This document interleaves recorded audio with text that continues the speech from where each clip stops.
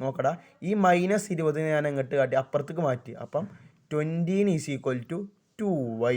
അപ്പോൾ y is equal to into 2 അപ്പുറത്തേക്ക് പോയി എന്താണ് ഡിവൈഡ് ബൈ 2. അപ്പോൾ 20/2 ഈസ് ഈക്വൽ ടു എന്താണ് 10. അപ്പോൾ നമുക്ക് y എത്ര കിട്ടിയടാ 10 കിട്ടി.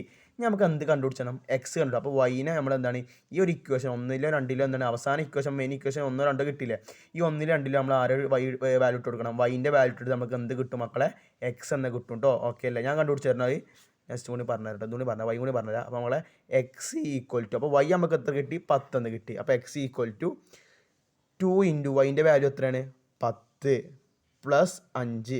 അപ്പോൾ x is equal to 2 into 10 എത്ര 20 പ്ലസ് 5. അപ്പോൾ എത്ര നമുക്ക് എക്സ് ഈസ് ഈക്വൽ ടു 25 എന്ന് ആൻസർ കിട്ടിയില്ലടാ. അപ്പോൾ വൈൻ്റെ വാല്യൂ ആരാണ് 10ഉം എക്സിൻ്റെ വാല്യൂ ആരാണ് 25. എന്നിട്ട് നമ്മളെ ക്വസ്റ്റ്യനിക്ക് പോവാം.